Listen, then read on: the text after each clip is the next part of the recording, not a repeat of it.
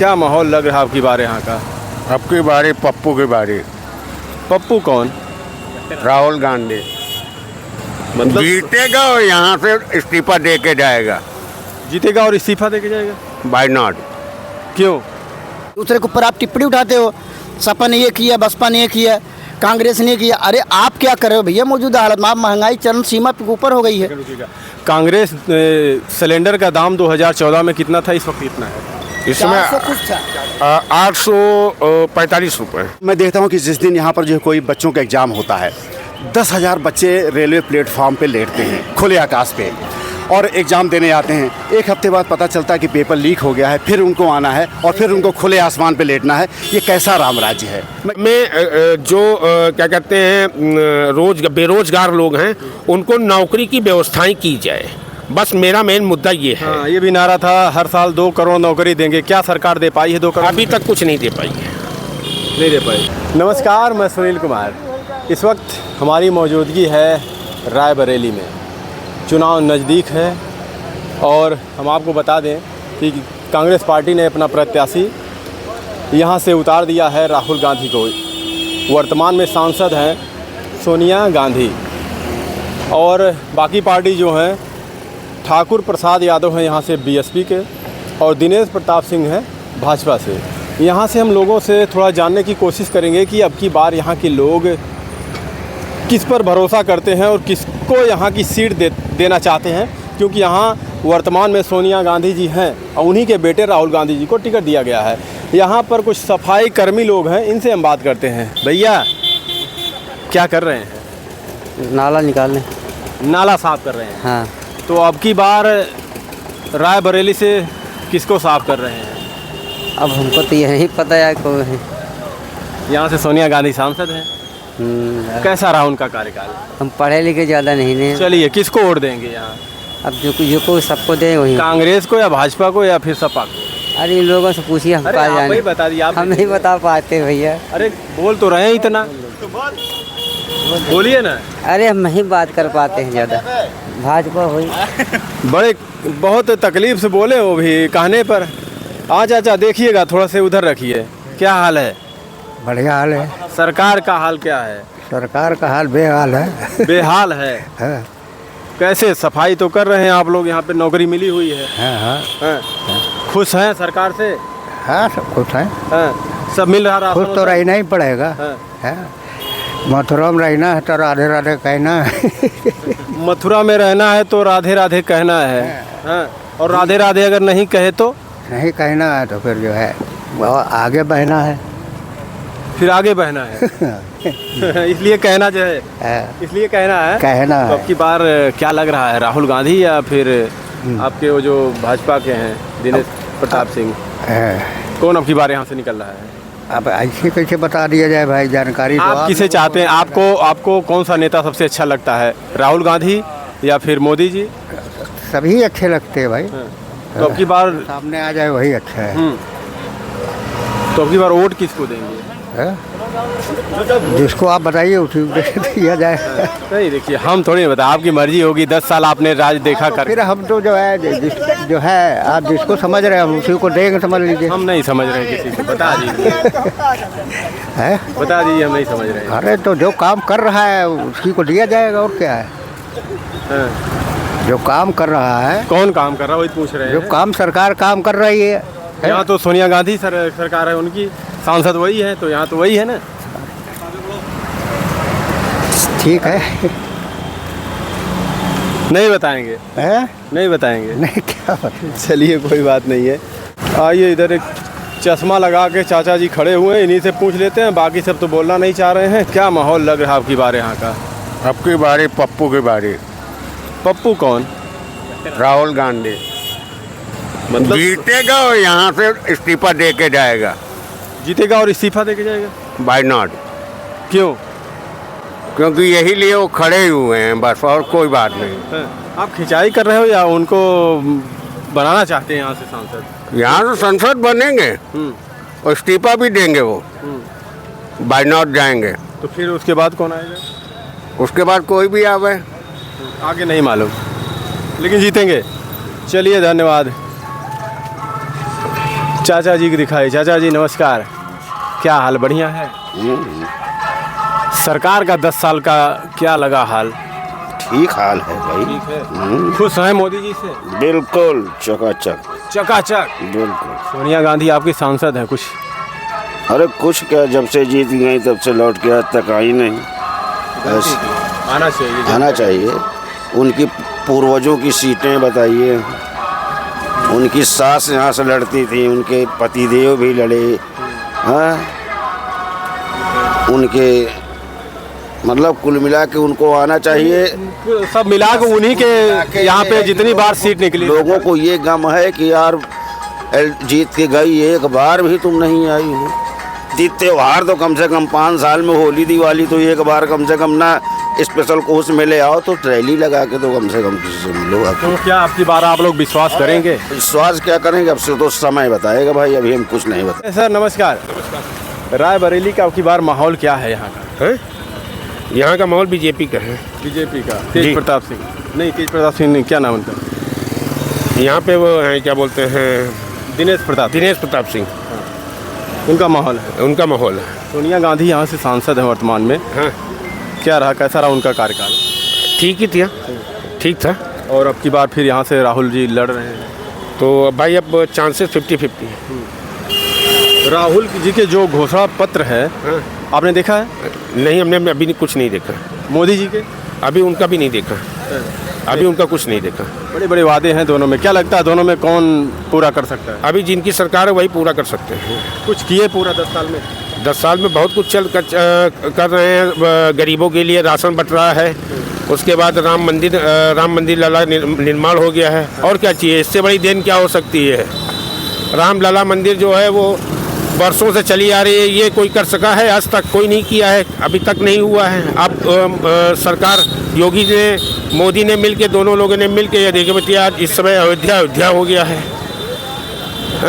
कांग्रेस सरकार ने बस केवल खाना सीखा है, देना नहीं सीखा है। विपक्ष कहता है ये राम मंदिर बनवा दिए, जबकि ये आस्था का विषय है और इसको सुप्रीम कोर्ट ने बनवाया है। क्या इस पे राजनीतिकरण करना ठीक है? नहीं, राजनीतिकरण नहीं है इसमें, मगर ये है कि उनके शासनकाल में ये तो हुआ है। आज तक इतनी बड़ा शासनकाल कांग्रेस का था, ये क्यों नहीं करवा पाए हैं? क्या धर्म की राजनीति करनी चाहिए? धर्म की राजनीति नहीं है, मगर ये है कि वो उसको साइड क्यों नहीं करते? उसको साइड में ही है। और उसके बाद गरीबों के लिए वो सब कुछ, हर महीने देखिए राशन मिल रहा है। राशन तो कांग्रेस के भी जमानत मिलती है। नहीं मिलता था, कभी नहीं मिलता था। और फिर राशन क्या चाहते हैं आप? अमित शाह जी जैसे कहते हैं कि अगर हमारी सरकार आप लोग बनाइए, 2029 तक हम आपको गरीब बना के रखेंगे, 29 तक राशन देते रहेंगे। क्या चाहते हैं कि जो जनता है वो गरीब ऐसे बनी रहे, राशन लेना पड़े, 4 किलो जीना पड़े इसी तरीके से? नहीं, 4 किलो राशन क्यों लेना चाहेगी? क्योंकि वो चाहती है कि हम अपने पैरों पर खुद खड़े हों, यहाँ पे गरीबी दूर हो, और क्या बोलते हैं, यहाँ पे फैक्ट्री पड़े। गरीबी दर कितनी है? गरीबी बहुत है, निम्न स्तर पे है। उच्च स्तर में गरीबी है यहाँ पे ना। तो पहली बात तो राशन देने से दूर होगी, या शिक्षा देने से, या फिर रोजगार का साधन से? रोजगार बढ़ाने से। रोजगार सरकार इसमें सफल रही या नहीं? अभी तो इसमें सफल नहीं है, क्योंकि अगर जब तक ये व्यापार नहीं बढ़ेगा और फैक्ट्रियाँ नहीं लगेंगी, तब तक पूरे देश में कुछ नहीं हो सकता। आपने दो काम बताए, जब हालांकि ये कोई काम नहीं है, ये कोई काम नहीं है।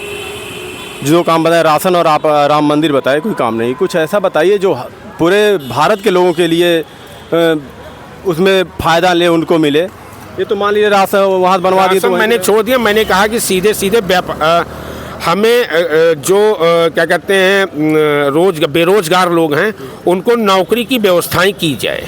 बस मेरा मेन मुद्दा ये है। हाँ, ये भी नारा था, हर साल 2 करोड़ नौकरी देंगे। क्या सरकार दे पाई है 2 करोड़? अभी तक कुछ नहीं दे पाई है। नहीं दे पाई? नहीं, अभी तक कुछ नहीं दे पाई है, मगर फिलहाल जो भी है सब ऊपर वाला जाने। इसके लिए हम धन्यवाद। फिर भी मोदी जी राशन पे, सर जी, जब आप जैसे लोग जब ये राशन की बात करते हैं तो कुछ समझ में नहीं आता। कहते हैं कि राशन पे दिए हैं और राम मंदिर बनवा दिए। आप इससे कितना सहमत हैं? नहीं, देखिए, हम इस चीज़ को दूसरे तरीके से लेते हैं। थोड़ा इधर आ जाइए रोड। हम तो ये कहते हैं कि जो है रोज़गार का सृजन कीजिए, आदमी इतना सबल बने कि जो है उसको ज़रूरत ना पड़े कहीं हाथ फैलाने की। और इससे देखिए कहीं ना कहीं एक जो फ्री में कोई भी चीज़ मिलती है तो उसे कमजोरी जो है एक झलकती है कि नहीं। और उसके अलावा कहीं ना कहीं जो समीकरण भी करते हैं। तो हम तो ये चाहेंगे कि अब सभी लोग काफ़ी पढ़े लिखे लोग हो गए हैं, जो भी आदमी विकास की बात करे, क्षेत्र, धर्म, जाति, राजनीति से ऊपर उठ करके जो है अखंडता और एकता की बात करे, सरलता सरसता की बात करे, उसको वोट देना चाहिए। ये हम लोगों का, पढ़े लिखे लोगों का है। और जैसे अग्निवीर वाला मामला है, जैसे अग्निवीर वाला मामला है, तो हम तो ये कहेंगे कि जैसे देखिए, एक सच्ची बात है कि राजनेताओं के पास एक ऑप्शन होता है।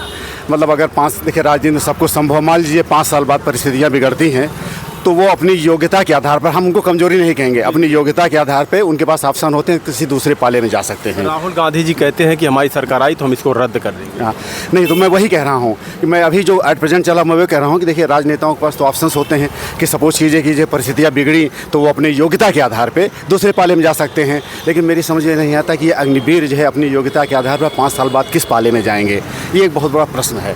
तो इसके लिए सभी को चिंतन करना चाहिए, क्योंकि देखिए ये चीज़ें ऐसी हैं, देश मजबूत होगा, सेना मजबूत होगी तो सब कुछ होगा जो है। और हम ये चाहेंगे कि जो विकास की बात करे, और आश्वासन से जी भर गया है, आश्वासन से जी भर गया है, अब यथार्थ पे उतरना पड़ेगा। उसका सबसे प्रबल एग्जाम्पल है कि देखिए रायबरेली की जो ये लाइफ लाइन एक सड़क है, इसी की कंडीशन देख लीजिए। हम किसी को दोष नहीं देते हैं, लेकिन अब समय आ गया है कि कम से कम ये छोटी छोटी चीज़ें हैं, इनको करें। बुजुर्गों को टहलने के लिए कोई एक पार्क नहीं है। जैसे मैं रायबरेली की बात करूं तो रायबरेली का इंफ्रास्ट्रक्चर अभी भी बहुत पुअर है, इसके लिए सबको ध्यान देना पड़ेगा जो है। सर जी ने कहा कि सरकार राशन देती है और राम मंदिर बनवाई है, क्या इससे लोगों को कितना फ़ायदा हुआ है? देखिए वो एक अपनी जगह पे बिल्कुल सही चीज़ है। हम हर एक चीज़ को एक साथ ना जोड़ें।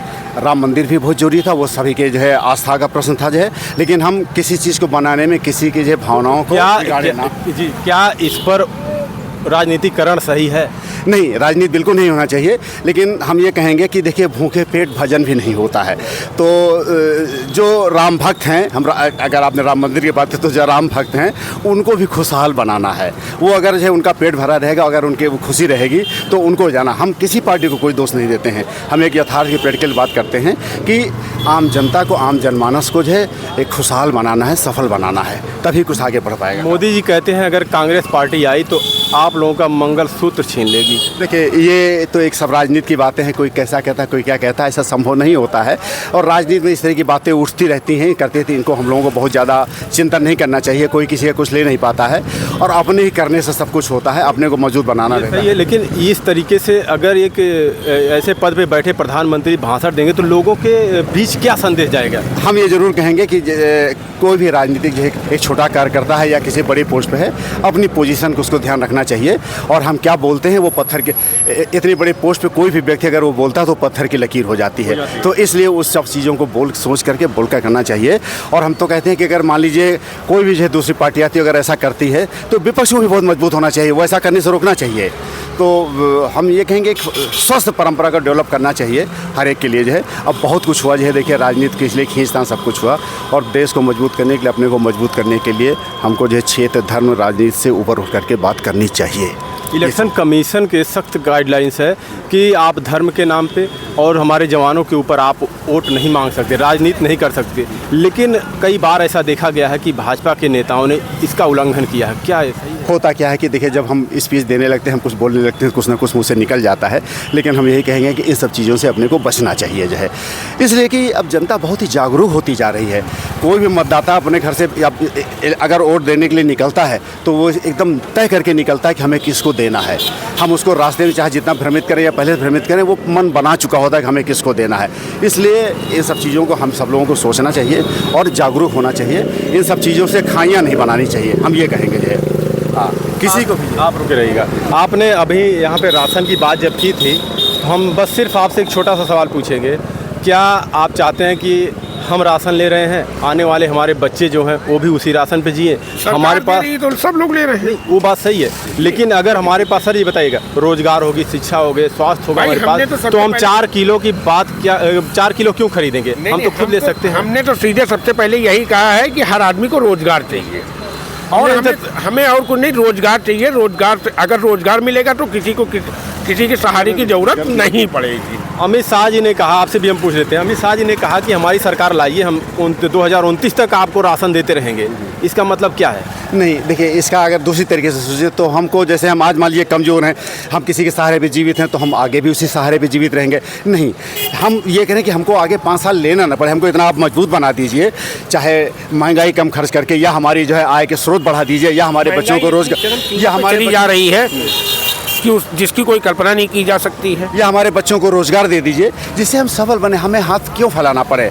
और हम तो कहते हैं वही राशन आगे चल के 5 साल बाद जो है हम अपनी सेना को दें, हम अपने होमगार्ड्स को दें, जो है जो 12-12 घंटे 24-24 घंटे ड्यूटी करते हैं, जो -30 डिग्री पे जो है काम करते हैं, हम उनके लिए वो सहायता भेजें। और हमको जो हम लोग जो मैदानी क्षेत्र के लोग हैं, जो सब तरह की सुख सुविधाओं से आनंद उठाते हैं, हम उन चीज़ों को छोड़ करके वही जो है सब्सिडी उनको जाए जो कि देश की जो है उस पर हैं। अब आप ये देखिए जो है कि हम लोग कितने भाग्यशाली हैं कि हम लोग मैदान में रह करके, अपने घर में रह करके, नौकरी करके ज़िंदगी के सारे सुख को भोगते हैं। लेकिन ज़रा कल्पना कीजिए कि एक जो 50 डिग्री जैसलमेर में जिसकी जो पोस्टिंग है, या जो -40 में कारगिल में पोस्टिंग है, वो अपने बच्चे के बर्थडे में नहीं शामिल हो सकता है, वो अपनी मैरिज एनिवर्सरी में शामिल नहीं हो सकता, वो घर में अपने जो है वो कोई फंक्शन होता है उसमें शामिल हो सकता है। हमें उनकी भावनाओं का कदर करना चाहिए। तो हम लोग बहुत ही भाग्यशाली हैं कि इस मैदानी इलाके में प्राकृतिक सुविधाओं का, पारिवारिक सुविधाओं का, सामाजिक सुविधाओं का फ़ायदा उठाते हैं। तो जब ईश्वर ने इतनी सारी चीज़ें दी हैं, तो हमें जाति धर्म क्षेत्र से ऊपर उठ करके देश के लिए और अपने को मजबूत करने के लिए सोचना चाहिए। ये चीज़ होती है। और रही देखिए रायबरेली की बात, तो एक बात मैं ज़रूर कहूँगा कि जैसे मैं देखता हूँ कि जिस दिन यहाँ पर जो कोई बच्चों का एग्ज़ाम होता है, 10,000 बच्चे रेलवे प्लेटफार्म पे लेटते हैं खुले आकाश पे, और एग्ज़ाम देने आते हैं। एक हफ्ते बाद पता चलता है कि पेपर लीक हो गया है, फिर उनको आना है और फिर उनको खुले आसमान पे लेटना है। ये कैसा राम राज्य है? मैं किसी को दोष नहीं देता हूँ, लेकिन एक ये हम सब के सोचने की बात है, प्रशासन की, नेताओं की, लोकल जो यहाँ की मशीनरी है, सब की जो है। तो ये सोचने की बात है कि उन 10,000 बच्चों के लिए हम उनको नौकरी दे सकते हैं, तो कम से कम उनको खुले आसमान के नीचे लेटने से बचा तो सकते हैं। ये सारी चीज़ें जिसमें हम सब पढ़े लिखे लोगों को चिंतन करने की ज़रूरत है। आइए, क्या सोचते हैं ये 10 साल का कार्यकाल जो रहा है प्रधानमंत्री मोदी जी का? आपने भी भाषणों में सुने होंगे, बड़े बड़े भाषण इस समय दिया जा रहा है, 400 पार के नारे लगाए जा रहे हैं, हिंदू मुसलमान किया जा रहा है, राम मंदिर किया जा रहा है। क्या ऐसा ही है? नहीं, देखिए, हिंदू मुस्लिम का तो अलग मुद्दा है, ये कोई राजनीति का मुद्दा नहीं है जो आप हिंदू मुस्लिम करें। ये देखिए, समाज के ऊपर उठ के काम हमें करना चाहिए। हम नहीं कर रहे हैं, अपने प्रधानमंत्री जी कर रहे हैं। हाँ, नहीं, प्रधानमंत्री जी कर रहे हैं। देखिए, जो 10 साल कांग्रेस पार्टी आएगी तो मंगलसूत्र तक बेच देगी। नहीं, कांग्रेस अभी 70 साल से राज की है, तो क्या मंगलसूत्र बेच दिया? नहीं बेचा। ये तो गलत बात है ना। और दूसरी बात, अब ये जो जब से बैठे हैं, इन्होंने बोला था कि दिवाली और होली में हम सिलेंडर देंगे, फ्री वाला सिलेंडर। एक भी नहीं मिल रहा किसी को। क्यों नहीं मिल रहा भैया? आप जो है उसमें वादा मत कीजिए, दूसरे के ऊपर आप टिप्पणी उठाते हो। सपा ने ये किया, बसपा ने ये किया, कांग्रेस ने किया। अरे आप क्या कर रहे हो भैया? मौजूदा हालत में आप महंगाई चरम सीमा के ऊपर हो गई है। कांग्रेस सिलेंडर का दाम 2014 में कितना था, इस वक्त कितना है?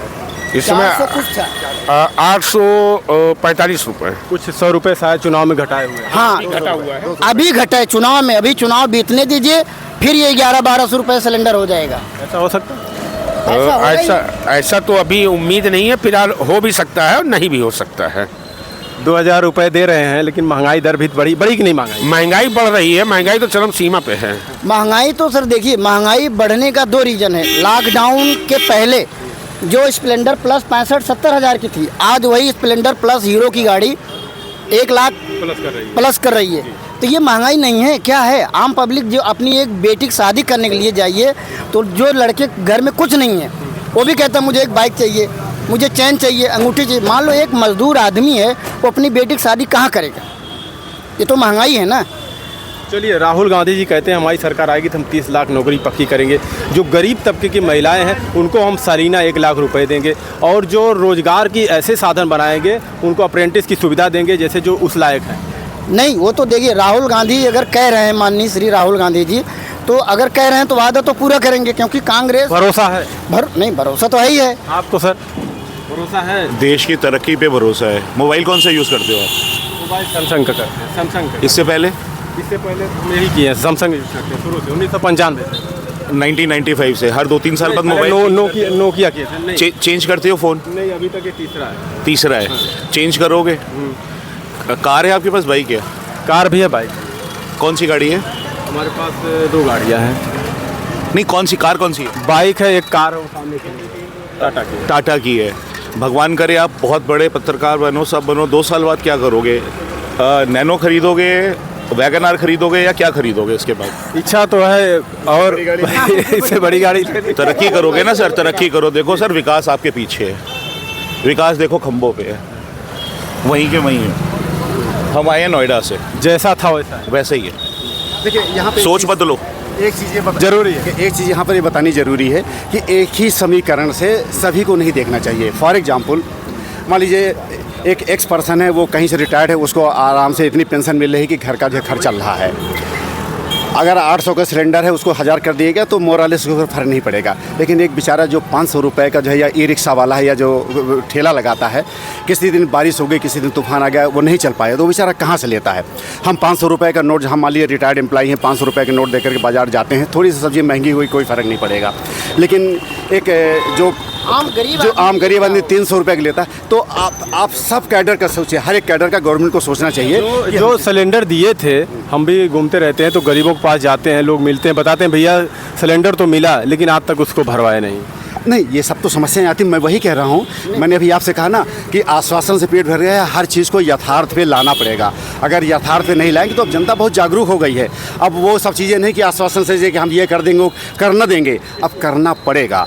और सबसे पहले जो आपका जो लोअर तबका है, जो चीज़ है, एक मजदूर अगर ये नाली ना साफ़ करे, कोई प्रॉब्लम हो जाए तो उसको पैसा नहीं मिलेगा, वो बेचारा जो है जाकर के बाज़ार से महंगी आलू या प्याज कहाँ से खरीदेगा? तो हर कैडर के लोगों को पहले सोचना पड़ेगा कि हम उनके लिए क्या कर सकते हैं। और एक ही समीकरण से सारे जनता को नहीं देखना चाहिए, मैं ये कहूँगा जी, धन्यवाद। उनके लिए करना पड़ेगा। 10 साल मोदी सरकार की कामों से आप कितना संतुष्ट हैं? पूर्ण संतुष्ट है, संपूर्ण संतुष्ट है। बहुत काम किया है और बहुत विकास के काम हुए हैं। जो काम जो है पिछले 10 सालों में नहीं हो पाए थे, वो सारे काम इन्होंने 5 साल में करके दिखाए हैं। और जो उन्होंने 10 साल में किया है ना, तो कोई गवर्नमेंट जो है 50 सालों में नहीं कर पाएगी। जैसे राहुल गांधी तो पूरी ज़िंदगी में नहीं कर पाएंगे कभी। आपको ऐसा क्या लगा कि जो काम पिछले 70 साल में नहीं हुआ वो अब हुआ? बहुत काम हुआ भैया, बहुत काम हुआ। बताइए ना, काम हुआ, बताइए ना। जिस तरीके से पूरी दुनिया में जो है आज नंबर 1 पर यूपीआई चल रहा है इंडिया में, ये कहीं नहीं चल रहा है। ठीक है, सबसे ज़्यादा मनी ट्रांसफर जो हो रहा है वो इंडिया में सबसे ज़्यादा हो रहा है।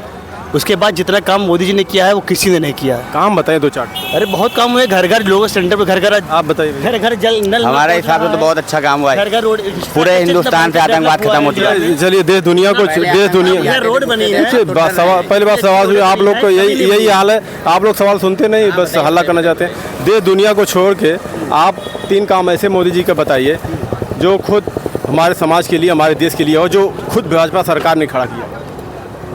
2014 से पहले लोग गैस लेने के लिए। सर जी बस करिए, अब आप जब भैया आप हम जो सत्ता में उससे सवाल कर रहे हैं तो आप पीछे जा रहे हैं, हम उसको क्यों देखें? हम तो आपको 10 साल बस करिए सर। डिफरेंस देखेंगे, नमस्कार, कैसे हैं? क्या हुआ तभी आपको समझेगा। अब आप कांग्रेस की सोच क्या हाल है? तो बात अलग है कि आप कांग्रेस सोच लेके डेवलप करिए कि हाँ सरकार कैसी चल रही है यहाँ की? काम हुआ है, वो कहेंगे नहीं हुआ है तो कैसे चलेगा? सरकार नहीं हो रखी। अब की बार क्या होने वाला है? अब की बार बीजेपी जीतेगी। बीजेपी यहाँ से क्यों? सोनिया गांधी कुछ काम नहीं किए? सोनिया गांधी उबर नहीं भाई तो काम का कर दिए भाई। राहुल गांधी राहुल गांधी भी एक चीज बताओ, 2 जगह से लड़े हैं, 2 जगह से जीतेंगे मान लो। चलिए भाजपा जीतेगी।